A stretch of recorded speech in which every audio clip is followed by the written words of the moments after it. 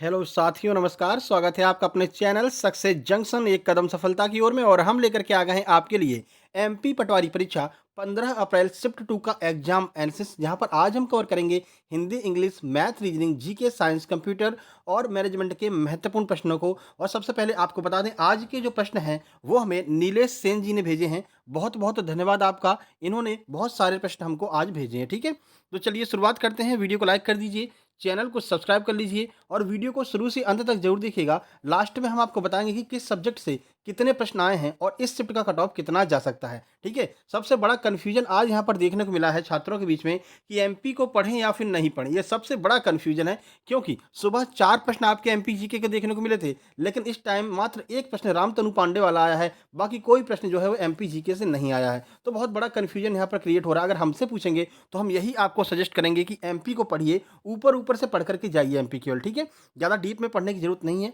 हो सकता है आपके में आए, हो सकता नहीं आए। अगर आ भी रहा तो थोड़ा थोड़ा सा ऊपर से ही पूछ रहे हैं। ठीक है ना, तो थोड़ा बहुत पढ़ करके आप जाइए, कौन सा मकबरा कहाँ पर है, ये सब थोड़ा सा पढ़ करके आप जाइए। बाकी ज़्यादा डीपली नहीं जाना। ठीक है, बाकी एमपी के करंट अफेयर के जो प्रश्न पूछे जा रहे हैं, तो हमने 5 महीने की करंट अफेयर करा दी है। उसी वीडियो में से आपको एमपी करंट अफेयर के प्रश्न देखने को मिल जाएंगे। ठीक है, एमपी के भी करंट अफेयर देखने को मिल जाएगा और जो भारत का करंट अफेयर पूछा जा रहा है वो भी वहाँ पर देखने को मिल जाएगा। आज सुबह जो हमने वीडियो अपलोड की थी उसी में से एक प्रश्न अभी देखने को मिल गया। ठीक है, एफआईएच वाला। चलिए हम आपको पूरी जानकारी देने वाले हैं कि अपनी करंट अफेयर से कौन कौन से प्रश्न आज पूछे गए हैं। ठीक है, तो वीडियो को लाइक करके चैनल को सब्सक्राइब कर लीजिए। आइए करते हैं शुरुआत। देखते हैं आज का पहला प्रश्न क्या पूछा गया है। देखिए, तो पहला प्रश्न है, सिक्किम को किस संविधान संशोधन के द्वारा भारत में जोड़ा गया था? तो 36वें संविधान संशोधन के द्वारा सिक्किम को भारत में जोड़ा गया था। चलिए कुछ जानकारी देते हैं आपको इस प्रश्न के बारे में। तो देखिए, 36वें संविधान संशोधन में सिक्किम को राज्य का दर्जा दिया गया। 36वां संविधान संशोधन हुआ कब था? तो 1975 हुआ था। इसके तहत सिक्किम को भारत का कौन सा राज्य, 22वां राज्य बनाया गया था। ये आपको याद रखना। ठीक है,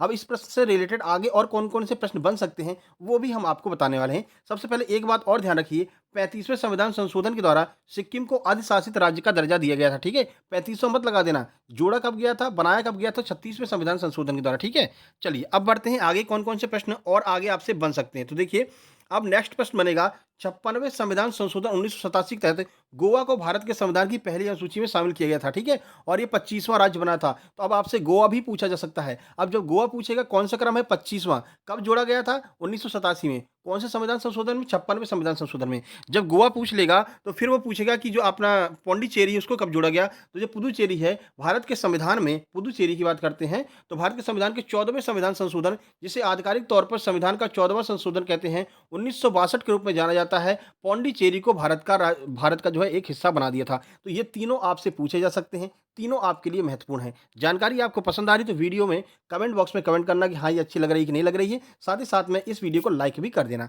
अब बढ़ते हैं आगे और अगले प्रश्न की ओर चलते हैं। एक्सिम बैंक की स्थापना कब हुई थी? तो 1982 में एक्सिम बैंक की स्थापना हुई थी। कुछ जानकारी आपको देते हैं इस प्रश्न के बारे में। तो एक्सिम बैंक की स्थापना भारत सरकार के द्वारा export import bank of India के रूप में की गई थी। यानी कि ये करता क्या है? तो जो एक्सपोर्ट इंपोर्ट अपना होता है, आयात निर्यात जो होता है, उसके बारे में जो भी करता धरता है वो एक्सिम बैंक के पास में होता है। ठीक है, चलिए इसका मुख्यालय भी बता देंगे। एक्ट की बात करें तो 1981 के तहत एक्सपोर्ट क्रेडिट के एक पुर्जे के रूप में की गई थी, जो वैश्विक निर्यात क्रेडिट एजेंसी को दर्शाता है। यानी कि वही अपना एक्सपोर्ट इंपोर्ट किस देश से कितना हो रहा है, कितना नहीं हो रहा है, तो वो इसी बैंक के थ्रू किया जाता है। अब ऐसा नहीं कि आप स्टेट बैंक ऑफ इंडिया को लेकर पहुंच गए, भैया हमको बाहर से सामान मंगाना है, इस स्टेट बैंक ऑफ इंडिया इसमें कुछ नहीं कर पाई। ठीक है, इसके लिए आपको एक्सिम बैंक में ही जाना पड़ेगा। मुख्यालय की बात करते हैं तो मुख्यालय आपका मुंबई में है। हमने आपसे पहले ही कहा था 80% जो बैंक हैं उनका मुख्यालय मुंबई में है। अगर मान लो आपको तुक्का ही लगाना है तो मुंबई पर ही लगाइएगा। ठीक है, चलिए आगे बढ़ते हैं। पानीपत युद्ध के दौरान काबुली मस्जिद किसने बनवाई थी? ये पूछा जा रहा है। तो काबुली मस्जिद का निर्माण बाबर ने किया था। थोड़ा सा दिमाग भी लगाएंगे अपना। तो देखिए, बाबर कहाँ का रहने वाला था? काबुल का रहने वाला था। तो काबुली मस्जिद का निर्माण कौन कराएगा? बाबर कराएगा, सीधी सी बात है। तो बाबर ने इस जो है मस्जिद का निर्माण कराया था। कब करवाया था, कैसे करवाया था, आइए देख लेते हैं।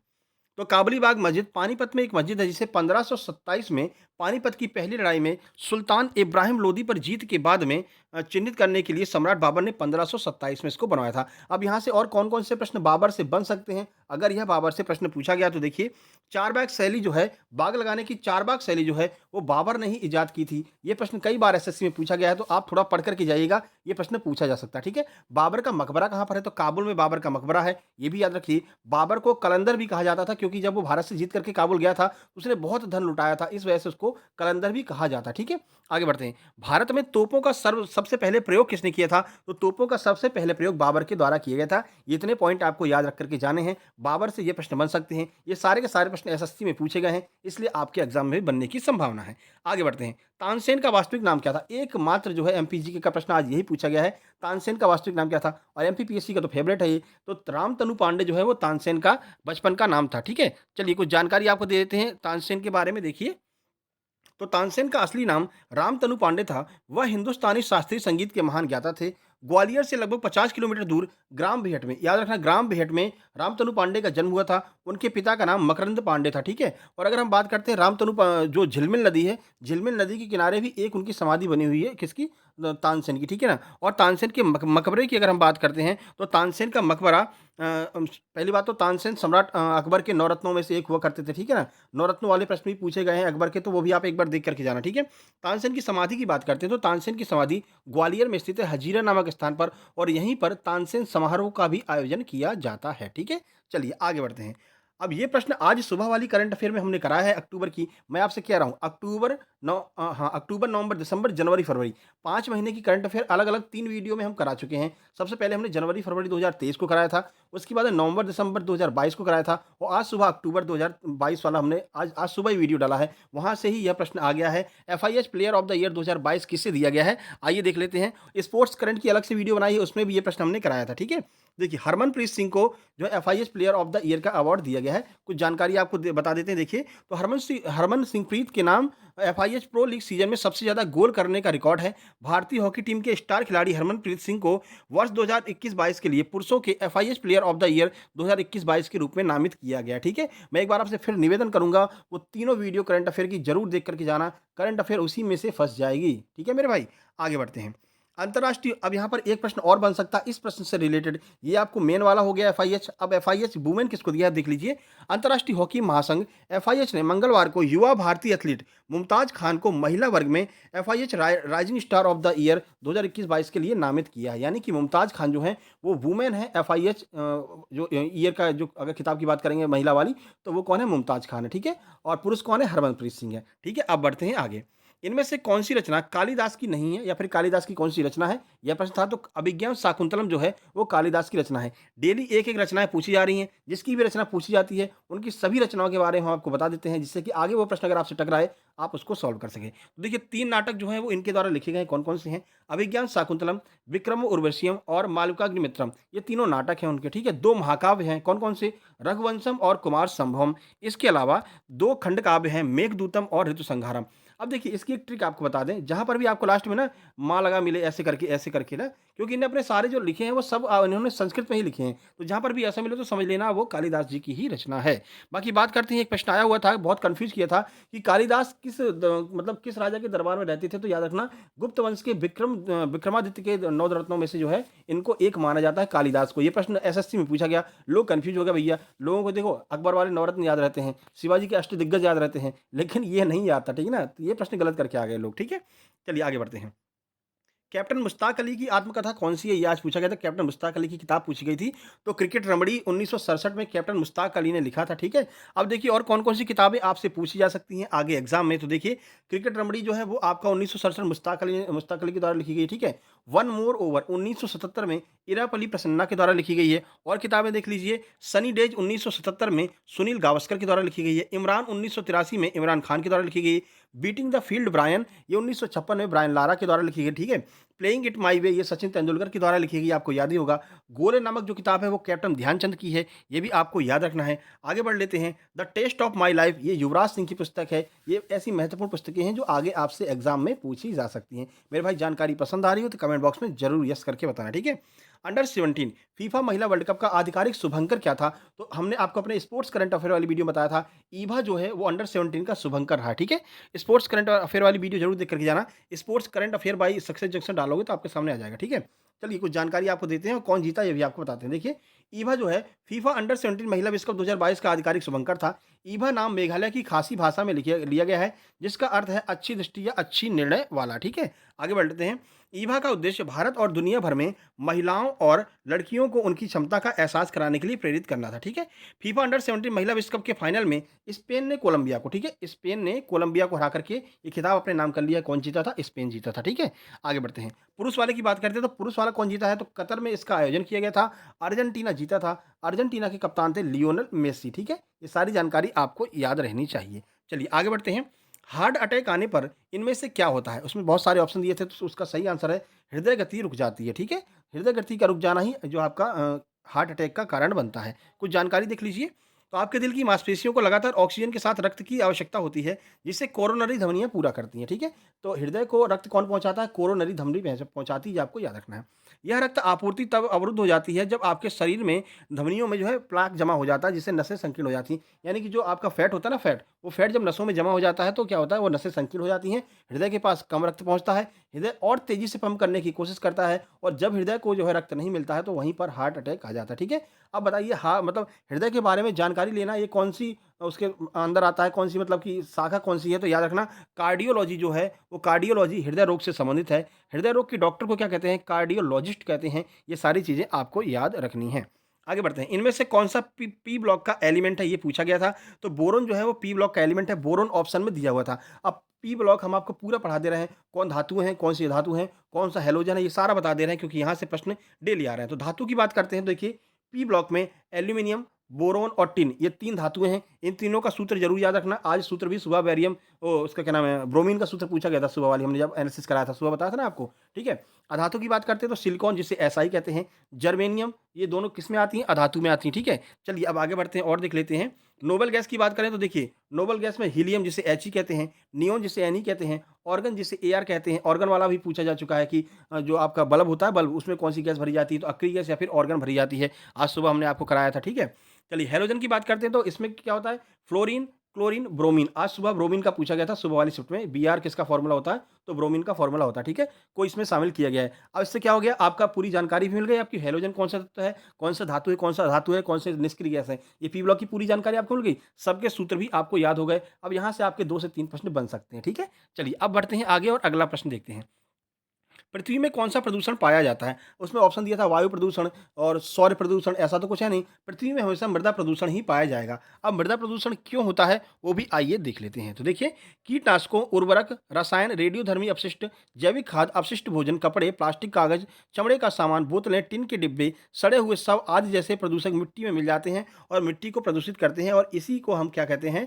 मृदा प्रदूषण का कारण बनता है। इसी को हम मृदा प्रदूषण कहते हैं। अब थोड़ी-सी आप जानकारी और देख लीजिए। सबसे पहले आपको बता दें, 15 मार्च से लेकर के अब तक की जो साइंस और जीके की वीडियो है, वो हमने अपलोड कर दी है। वो आपके लिए बहुत महत्वपूर्ण है। एक बार उसको ज़रूर देख कर के जाइएगा।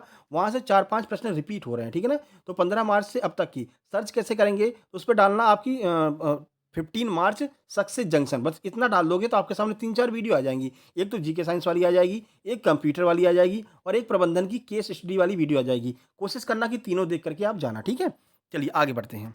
1 अप्रैल से अब तक की हमने दूसरी वीडियो बना दी है। वो आपको इसी वीडियो के अंत में यहाँ पर स्क्रीन पर मिल जाएगी। वैसे भी आप सर्च करेंगे 1 अप्रैल सक्सेस जंक्शन, तो वो वीडियो आपको सामने आ जाएगी, ठीक है? चलिए, इनमें से कौन सरीसृप जीव है? तो छिपकली मेरे भाई सरीसृप जीव होता है, ठीक है ना? अब सरीसृप जीव के और उदाहरण आपको बता देते हैं। तो देखिए, सरीसृप जिन्हें रेप्टाइल कहते हैं, प्राणी जगत का एक समूह है जो कि पृथ्वी पर सरक कर चलने वाले होते हैं। आपको पता है जो सरक-सरक के चलते हैं वो रेप्टाइल कहलाते हैं, ठीक है? इसके अंतर्गत कौन-कौन आएगा? तो मेरे भाई साँप, छिपकली, मेढक, मगरमच्छ, ये सब जो है ये रेप्टाइल के अंतर्गत आते हैं। क्या आप कमेंट बॉक्स में कमेंट करके बता सकते हैं कि मध्य प्रदेश की बात करते हैं, मध्य प्रदेश में रेप्टाइल पार्क कहाँ पर स्थित है? अब बताइए, आपने कितना एमपी पढ़ा है? यहीं पता चल जाएगा। मध्य प्रदेश में रेप्टाइल पार्क कहाँ पर है? ये कमेंट बॉक्स में आपको कमेंट करना है, ठीक है? चलिए, डायनासोर को भी मेरे भाई सरीसृप में रखा जाता है। एक बार एसएससी में पूछा गया था कि डा इनमें से कौन-सा सरीसृप में आता है, ठीक है ना? फिर उसमें बहुत सारे ऑप्शन दिए थे। अब ये साँप वगैरह नहीं दिए थे, उसमें डायनासोर दिया था। लोगों ने कहा डायनासोर कैसे सरीसृप में आ जाएगा? लेकिन मेरे भाई उसका आंसर डायनासोर ही था। डायनासोर सरीसृप में ही आता है, याद रखिएगा। ये प्रश्न इंपॉर्टेंट है, आगे आपसे पूछा जा सकता है, ठीक है? चलिए आगे बढ़ते हैं। कोशिका की जीवित इकाई क्या होती है? आज प्रोटोप्लाज्म के बारे में प्रश्न आया था। एग्जैक्ट प्रश्न नहीं मिला, लेकिन ये प्रश्न कई बार पूछा गया कि कोशिका की जीवित इकाई क्या होती है? तो कोशिका की जीवित इकाई जो है वो प्रोटोप्लाज्म ही होती है, ठीक है? शायद प्रोटीन के बारे में पूछा गया था, प्रोटीन का जीवित इकाई क्या है? तो वो भी आपकी प्रोटोप्लाज्म ही होती है, देखिए। प्रोटोप्लाज्म में कोशिका की जीवित सामग्री है। यह मुख्य रूप से न्यूक्लिक अम्ल, प्रोटीन, लिपिड और कार्बोहाइड्रेट जैसे जैव अणुओं से बना होता है। ठीक है, यही पूछा था कि प्रोटीन में क्या पाया जाता है, तो आपका प्रोटोप्लाज्म में प्रोटीन में पाया जाता है। ठीक है, इसमें अकार्बनिक लवण और पानी के अणु भी शामिल होते हैं। प्रोटोप्लाज्म में कोशिका झिल्ली से घिरा रहता है। ठीक है, चलिए देखिए, आपका अगर एग्जाम हो तो ऊपर जो नंबर दिया हुआ है ना 7052547003, सबसे ऊपर नंबर दिया है, उस पर व्हाट्सएप जरूर कर दिए कीजिए। जैसे आज नीलेश भाई ने हमको व्हाट्सएप किया है, बहुत सारे प्रश्न हमको एग्जैक्ट मिल गए हैं, ऐसे आप लोग भी व्हाट्सएप कर दीजिए। उससे क्या होगा ना, दूसरों की मदद हो जाएगी। ठीक है भाई, देखिए सबसे ऊपर अगर हम देखें, ये देखिए 7052547003, इस पर कॉल मत करना, कॉल नहीं लगेगा, उठेगा भी नहीं। ठीक है ना, आप केवल इस पर मैसेज कर देना अपना एग्जाम अपने नाम के साथ में, और जितने भी प्रश्न आपको याद रहते हैं। ठीक है ना, चलिए आगे बढ़ते हैं। चलिए अब नीचे चलते हैं फिर से अपन। चलिए कहाँ पहुँच गए थे? 1 मिनट, ये बताना ज़रूरी था ना, क्योंकि आप लोग फिर भेजते नहीं हैं। आज देखिए कितनी मदद मिल गई, नीरज भाई ने ये प्रश्न भेज दिए तो। ठीक है ना? चलिए, सरीसृप हो गया ना? चलिए प्रोटोप्लाज़्म हो गया, और आगे बढ़ लेते हैं। ये क्वेश्चन तो छोड़ दीजिए, हिंदी की बात कर लेते हैं, अब सीधे हिंदी पर आते हैं। ठीक है? चलिए, इनमें से कौन-सा सममात्रिक छंद है? सममात्रिक छंद के बारे में आज आपसे पूछा गया था, उदाहरण भी दिया था, चौपाई उसका सही आंसर था। ठीक है? चलिए, बहुब्रीहि समास का उदाहरण आज पूछा गया था। हिंदी देखिए ठीक-ठाक आ रही है, अच्छे लेवल की हिंदी आ रही है, परेशान मत होइए। हिंदी आप थोड़ा-सा भी पढ़ कर के जाएँगे तो आप हिंदी के 25 में से 22-23 आराम से सॉल्व कर सकते हैं। ठीक है?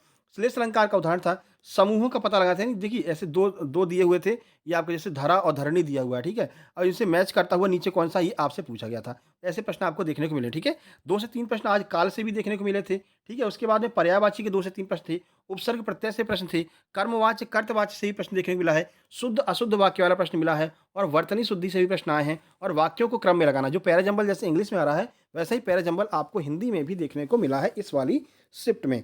चलिए आगे बढ़ते हैं, बात करते हैं कंप्यूटर की। देखिए, तो कंप्यूटर में आज आईएमपीएस का फुल फॉर्म क्या होता है, ये फुल फॉर्म पूछा गया था। पाइथन किसमें यूज नहीं होती है, ये लैंग्वेज से आज प्रश्न आया था। जावा से भी 1-2 प्रश्न था, सुबह एक्सटेंशन पूछा था जावा का, इस टाइम भी जावा से 1-2 प्रश्न नॉर्मल लेवल के आए थे, कोडिंग नहीं आई थी। ठीक है ना, यानी कि कोडिंग जो है वो इस शिफ्ट में नहीं देखने को मिली है। ठीक है, एमएस एक्सेल के नॉर्मल प्रश्न थे, एमएस वर्ड से भी 2 से 3 प्रश्न थे। ठीक है, आगे बढ़ लेते हैं। देखिए, तो हार्डवेयर और सॉफ्टवेयर का एक-एक प्रश्न देखने को मिला है। देखिए, कंप्यूटर के 4 से 5 प्रश्न ही ऐसे हैं जो कठिन आ रहे हैं। बाकी प्रश्न आपके लेवल के आ रहे हैं। थोड़ा-सा पढ़ कर के अगर आप जाएँगे तो आप आराम से सॉल्व कर लेंगे। ज़्यादा मतलब टेंशन लेने की ज़रूरत नहीं है ना, सबसे पहली बात टेंशन नहीं लेना है। अगर आप टेंशन लेंगे तो फिर क्या होगा कि आप अंदर से जो है डिमोटिवेट हो जाएँगे। ठीक है? तो टेंशन नहीं लेना है। कैसे-कैसे पैटर्न चेंज हो रहा है वो सब हम आपको बताते चलेंगे। डेली आप एग्ज़ाम एनालिसिस करते रहिए। बस हमारा उत्साहवर्धन करते रहिए, बस इतना ही हम चाहेंगे। ठीक है? चलिए आगे बढ़ते हैं। मैथ्स की बात करते हैं तो देखिए, कोई ट्रेन 40 किलोमीटर प्रति घंटे की रफ्तार से सुबह 6 बजे एक स्टेशन से निकलती है। एक दूसरी ट्रेन है जो दूसरे स्टेशन से निकलती है, वो 8 बजे निकलती है 45 किलोमीटर प्रति घंटा की रफ्तार से। बताइए वे जो हैं दोनों एक दूसरे से कब मिलेंगी? ये प्रश्न आज पूछा गया था। ठीक है?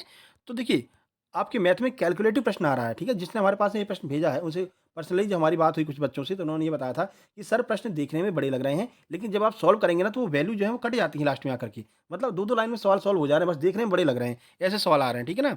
बस कैलकुलेशन अपनी फास्ट कर लीजिए। हमारा टेलीग्राम चैनल है सक्सेस जंक्शन लाइव। देखिए, एक तो टेलीग्राम है सक्सेस जंक्शन के नाम से, जहाँ पर आपको इसकी पीडीएफ मिलेगी। एक उसी के अंदर चैनल है सक्सेस जंक्शन लाइव। वहाँ पर हमने 2 एप्लीकेशन भेजा, 2 ऐप भेजे उसमें। वो क्या है, वो आपकी मैथ की स्पीड को फास्ट कर देगा। वो दोनों ऐप वहाँ से जाकर के इंस्टॉल कर लीजिए, और सुबह 10 से 15 मिनट प्रैक्टिस कर लिया कीजिए। आपकी जो कैलकुलेशन है वो फास्ट हो जाएगी। ठीक है? सक्सेस जंक्शन लाइव नाम से टेलीग्राम चैनल है। चलिए बात करते हैं बॉडमास की। तो 2 प्रश्न आज बॉडमास से आए थे, कैलकुलेशन वाले थे, ठीक-ठाक कैलकुलेशन उसमें भी देखने को मिला था। ठीक है? सीआईएसआई के 5 प्रश्न थे, टाइम एंड वर्क के भी 2 प्रश्न देखने को मिले हैं। रेशियो वाले ऐसे प्रश्न आ रहे हैं। ठीक है ना? एबीसीडी वाले, यानी कि A ratio B equal to 2:3, फिर B ratio C equal to 3:4, फिर लास्ट में पूछता है ए बी सी डी का अनुपात बताइए। ऐसे वाले रेशियो के प्रश्न आ रहे हैं, तो ये भी आपके ज़्यादा कठिन प्रश्न नहीं है। ठीक है ना? ट्रिग्नोमेट्री से वैल्यू पुटिंग वाले डायरेक्ट प्रश्न आ रहे थे। 2 प्रश्न ट्रिग्नोमेट्री के आए थे। दोनों में अगर आपको वैल्यू याद है, tan 30 का मान क्या होता है, tan 60 का मान क्या होता है, ठीक है ना? sin 30 sin 60 का मान क्या होता है, ये बेसिक अगर आपको याद होगा तो आप वैल्यू रख करके आंसर निकाल सकते थे। ऐसे ट्रिग्नोमेट्री के आज प्रश्न आए हैं। बार ग्राफ के 3 प्रश्न, सीआईएसआई के 5 प्रश्न आपको बताई दिए। प्रायिकता का 1 प्रश्न आज पूछा गया है। रोम्बस का जो है एरिया आज पूछा गया था। एलसीएम के भी 1 से 2 प्रश्न आ रहे हैं। ठीक है? चलिए आगे बढ़ लेते हैं। एक प्रश्न रीजनिंग में एग्जैक्ट मिल गया है, 23:29, तो 43 के साथ में क्या अनुपात होगा? ठीक है? अब ये ऑप्शन होता तो अपन बता सकते थे कि क्या रेशियो होगा। ठीक है?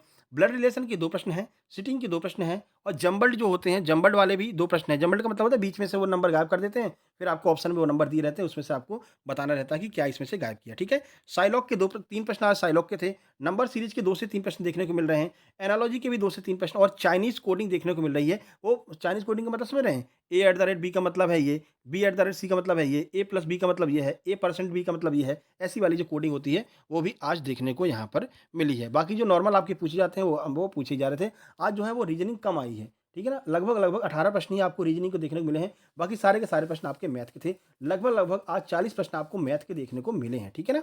चलिए प्रबंधन की बात कर लेते हैं। तो मोस्ले का पिरामिड वाला जो नियम होता है, वो प्रबंधन में आज पूछा गया था। प्रेरणा से 2 प्रश्न थे, 2 प्रश्न प्रबंधन से थे, मार्केटिंग से प्रश्न था और लॉजिकल वाले जो प्रश्न होते हैं, वो भी आज आपके प्रबंधन में पूछे गए हैं। देखिए, अब जो प्रबंधन है वो छोटे-छोटे प्रश्न आने लगे हैं 2-2 लाइन वाले, ठीक है? तो प्रबंधन से में आपका समय बच सकता है, जिसका यूटिलाइज़ आप जो है मैथ वाले सेक्शन में कर सकते हैं।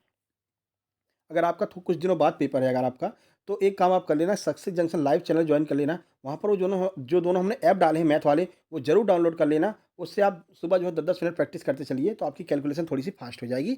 वही आपको वहाँ पर काम देगी, ठीक है? इंग्लिश की बात कर लेते हो तो इंग्लिश सेम टू सेम सुबह की तरह रही है। 10 पीक्यूआरएस आए हैं और बोथ लेवल के आए हैं, दोनों वाले। 1 मिनट। बोथ लेवल का पीक्यूआरएस आया है, तो पीक्यूआरएस की 2 वीडियो हमने बनाई है, एक एडवांस लेवल वाली और एक नॉर्मल वाली। वो दोनों पीक्यूआरएस की वीडियो देख कर के जाइए, क्योंकि दोनों तरह के प्रश्न आ रहे हैं। लगभग 5-5 प्रश्न दोनों के आ रहे हैं, तो दोनों वीडियो देखना। सर्च करना पीक्यूआरएस बाय सक्सेस जंक्शन, आपको देखने को मिल जाएगा। एक्टिव पैसिव के 5 प्रश्न हैं। एक्टिव पैसिव की भी 2 वीडियो बनाई हैं, एक एडवांस लेवल की और एक टेंस वाली। दोनों देख कर के जाना। Active passive by success junction, आपके सामने वो वीडियो आ जाएगी, ठीक है? जो मेन टॉपिक आ रहे हैं, पूछे जा रहे हैं ना, हम 15 तारीख से लगातार एनालिसिस करा रहे हैं। जो मेन टॉपिक पूछे जा रहे हैं, उनका हम वीडियो बना दे रहे हैं, ठीक है ना?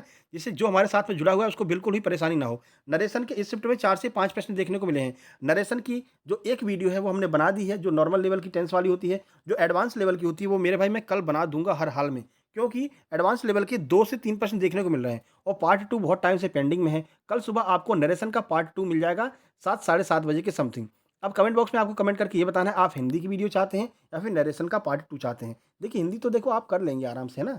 तो मैं ये सोच रहा हूँ कि नरेशन वाली वीडियो डाल दूँ। बाकी आप क्या सोचते हैं? कमेंट बॉक्स में कमेंट करके बताना। सुबह 7 बजे डालेंगे, कल हमारा जन्मदिन भी है, तो इसी उपलक्ष्य में जो है हम एक अच्छी सी वीडियो बनाकर डाल देते हैं नरेशन वाली, ट्रिक वाली। आपको सारी चीज़ें समझा देंगे, ठीक है? चलिए, एरर फाइंडिंग के 2 प्रश्न आए थे। मिस स्पेलिंग के भी 2 से 3 प्रश्न थे। इडियम्स के 2 और सिनोनिम्स के भी 2 प्रश्न आज देखने को मिले हैं। हाँ, एक बात और, यार ये एंटो सिनोनिम की वीडियो हमने बना के डाल दी है यार, उसमें बहुत सारे प्रश्न आ रहे हैं उसमें से। आप देख लेना एक बार। ऐसा कर लेना, एंटो सिनो बाय सक्सेस जंक्शन, वो वीडियो देख लेना, उसमें से 2-3 प्रश्न आज देखने को मिले हैं, ऐसा बताया, ठीक है? चलिए आगे बढ़ते हैं। ओवरऑल सब्जेक्ट की बात करते हैं, तो आज मेरे भाई 70 प्लस प्रश्न आपको रीजनिंग और मैथ के देखने को मिले हैं, जिसमें 18 प्रश्न ही रीजनिंग के थे। बाकी के सारे प्रश्न आपको जो है मैथ के ही देखने को मिले थे, ठीक है?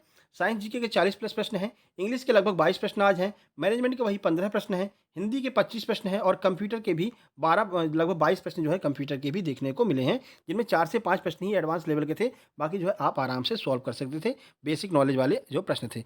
बाकी अगर हम बात करते हैं टुडे कट ऑफ की, तो कट ऑफ वही 140 तो नहीं कह सकते हैं, अपन 138 मान करके चल सकते हैं, क्योंकि इसमें एमपी जीके गायब हो गई है ना। एमपी जीके का तो यही चल रहा है, आएगी तो 4-5 क्वेश्चन, नहीं आएगी तो गायब। अब देखिए, एमपी जीके के प्रश्न तो आए होंगे, लेकिन वो करंट फॉर्मेट में आए होंगे, करंट अफेयर में। अब करंट अफेयर लोगों को याद नहीं रहती है, इसलिए वो 3 वीडियो करंट अफेयर की बनाई है, तीनों आपको देख करके जाना है जरूर। नंबर डले हैं 4, 5 और 6, या फिर 3, 4, 5 ऐसे नंबर डला है, वो तीनों वीडियो जरूर देख करके जाना मेरे भाई, आपके लिए बहुत मददगार साबित होगा, ठीक है? बाकी बात करते हैं हमारे टेलीग्राम चैनल की, तो सक्सेस जंक्शन के नाम से हमारा टेलीग्राम है, उसको जरूर ज्वाइन कर लेना अपनी पीडीएफ के लिए। और बाकी ये हमारा इंस्टाग्राम आईडी है, यहाँ पर फॉलो करके आप मैसेज कर सकते हैं। उस नंबर पर कॉल मत कीजिएगा, कुछ भी आपको पूछना है तो इसको सर्च कीजिए इंस्टाग्राम पर, अतुल शुक्ला, मिस्टर अतुल 800 के नाम से है, इसको सर्च कीजिए, फॉलो कीजिए और कोई भी मैसेज आप कर सकते हैं। वहाँ पर हम आपको आपके मैसेज का जवाब देंगे, कब रिजल्ट आने वाला है, कब आपका एडमिट कार्ड आने वाला है वनरक्षक का, और आपका आबकारी का कब रिजल्ट आ रहा है, ये सब हम आपको जानकारी वहीं पर देंगे। फॉलो करके मैसेज वहाँ पर आप कर सकते हैं, ठीक है? बाकी हमने भाई आपके लिए इतना कर दिया। अब मेरे भाई आप पहले तो लाइक कर दीजिए, शेयर कर दीजिए अपने दोस्तों के पास, जो लोग वनरक्षक और एमपी पुलिस की तैयारी करना चाहते हैं। 25 तारीख से क्लासेस स्टार्ट हो रही हैं, फ्री ऑफ कॉस्ट, ठीक है? एक भी चार्ज नहीं लगेगा। जो आपकी हिंदी, इंग्लिश, जीके, साइंस, ये सब कुछ हम आपकी डेली बेस पर कराने वाले हैं। डेली आपकी प्रैक्टिस सेट लेकर के आएँगे। वही प्रश्न जो आपके पटवारी में पूछे गए हैं और जो आगे आ सकते हैं, ठीक है ना? जैसे पीक्यूआरएस अच्छे लेवल पर कराएँगे हम आपको। हर टॉपिक आपको हम टॉप लेवल का कराएँगे वनरक्षक के लिए, ठीक है? तो सब्सक्राइब करके अपने दोस्तों के पास ज़रूर शेयर कर देना। तो सब्सक्राइब कर लीजिए। बाकी जल्द ही मिलते हैं कल सुबह सबसे पहले नरेशन वाली वीडियो में। नरेशन का पार्ट हम कराएँगे। आप एक बार कमेंट और कर दीजिएगा, आप हिंदी चाहते हैं या फिर नरेशन चाहते हैं, ठीक है? चलिए, तब तक के लिए नमस्कार, धन्यवाद।